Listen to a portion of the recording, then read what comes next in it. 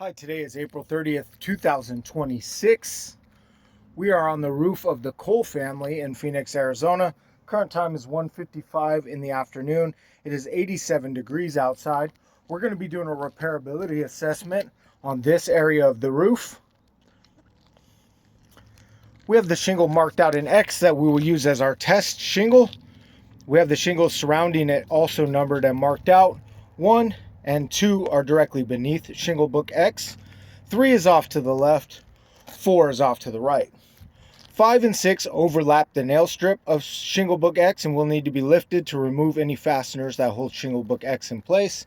Shingle book 7 and 8 overlap the nail strip of 5 and 6. 5 and 6 have nails in their nail strip that go through the back of shingle book X. Those will also need to be lifted in order to remove those nails. What I want to do first, we have a pad of paper on the roof. My partner will be taking notes as we go along. I also have a piece of chalk to indicate any areas of concern, document anything. What I need to do first is diagnose the shingle. The shingle is a dimensional shingle. It starts here, it ends here. We will measure it. It is 39 inches exactly. And the exposure is 5.5. What I want to do first is get the shingle separated from the material that binds it to books 1 and 2. I'll start with a roofing snake, see if we can get that to get under there. There we go. We start at the strongest part of the book, which is the tooth. Work our way across. Just want to go slow and carefully. We don't want to rip or tear anything. Now I need to do the same thing for 5 and 6, 7 and 8 because they overlap.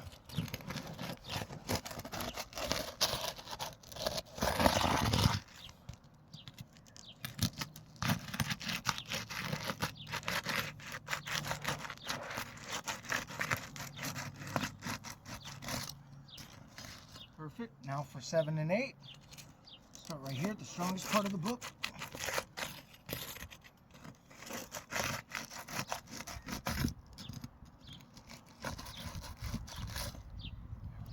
Gloves. Oh, Gloves. yeah, the gloves. And shingle book 8. There we go. All right, now what I want to do is check underneath the shingle books to see if there's any tearing or mat transfer. Mat transfer is material that's transferred off of one book onto the other. We do have some material transfer here. We can see this gouge right here, and we can feel the glob right here. So I'm going to circle that. We have material transfer onto book 5 off of book X. We have some here.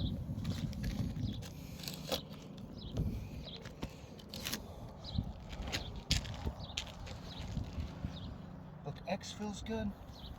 Book 6 feels good. Book 8 does as well.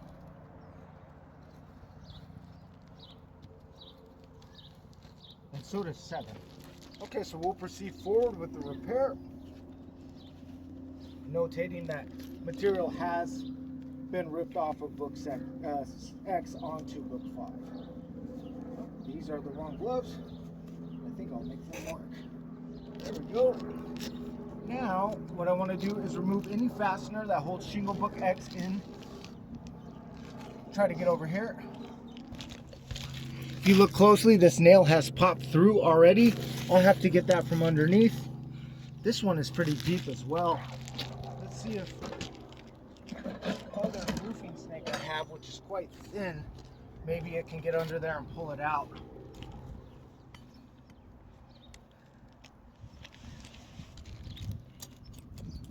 I am able to get this one. Boom. That's one. This one is very, very deep as well, but I am able to get it out.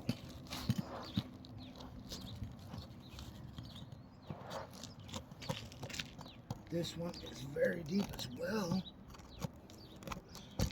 I got it. And one final one right here. There we go. I think I got all the ones that are in the actual nail strip out. minus the one that pulled through. Now we need to do the same things for books 8 and 7. Go underneath them and pull the fasteners out of books 5 and 6 because they protrude through our nail strip. Get that one out. Look at this. You can see right here, this is now tearing. So we have a tear in book 5 as well.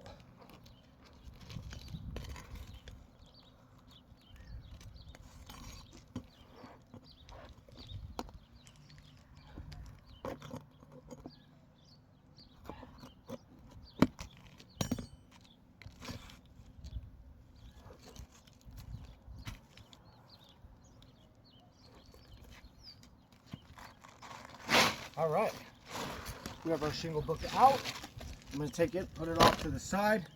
We see here, these are the areas of material that were torn off onto book 5 that we spoke about earlier.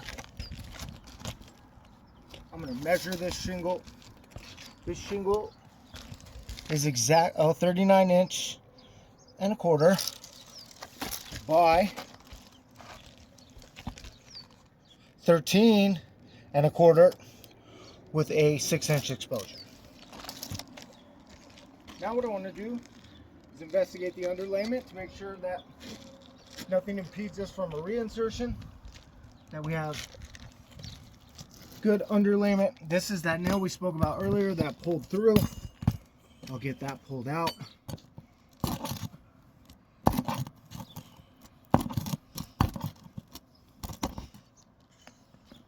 Perfect. I don't see any ripping or tearing. Good underlayment. Now, I'll take the shingle book, the same book. I'm going to line it up back into place where it was. Slide it right in. Get a good line up. Make sure our keyholes are even. They are. Now, I'm going to take 1.25 inch per code roofing nails and the recommended roofing snake. The reason why the roofing snake is recommended is so we don't have to lift any of the above books more than necessary to get an appropriate nail strike. So I'll start right here on one end of the shingle. We'll start in this corner.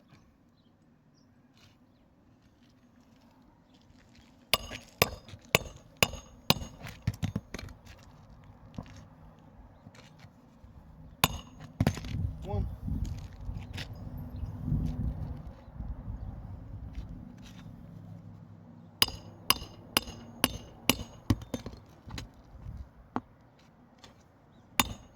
That's 2.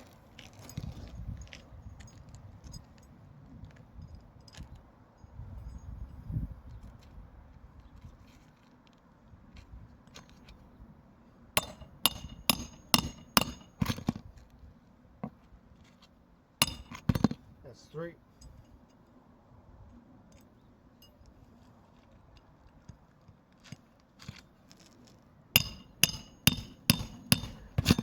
And that's 4. Oops. That is damage caused by me on accident. Set that off to the side. We also need to repair some of the nails that we removed from out of books 5 and 6. So we'll go right here.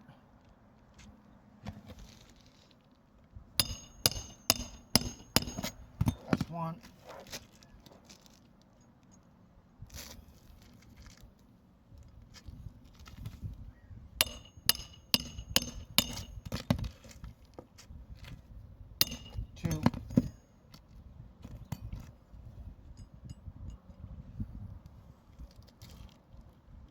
And 3. Okay, so we have our shingle book back in place. We know that we have material transfer off of book 5 here and here.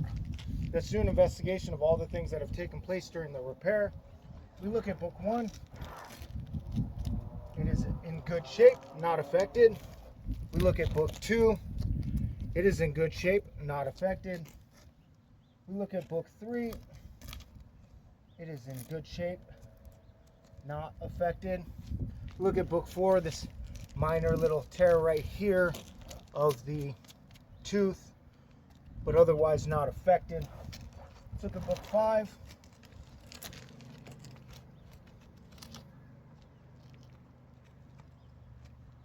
Book 5, this tooth has become fully delaminated.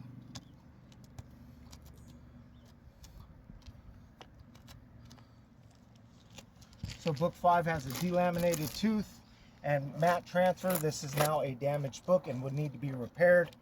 Let's look at book 6. Oh, look here. Look right here. If we look right here at the end of the roofing snake, we can see that this seam has become separated. And I'm going to guess, yep, this tooth is delaminated. If we look closely, this book is in 2 pieces. This book is now separated into 2 pieces because of delamination. This is a delaminated and damaged book. It needs to be replaced. Let's look at book 7. We have delamination here. A partial delaminated tooth. It's about 70% delaminated. We'll mark that.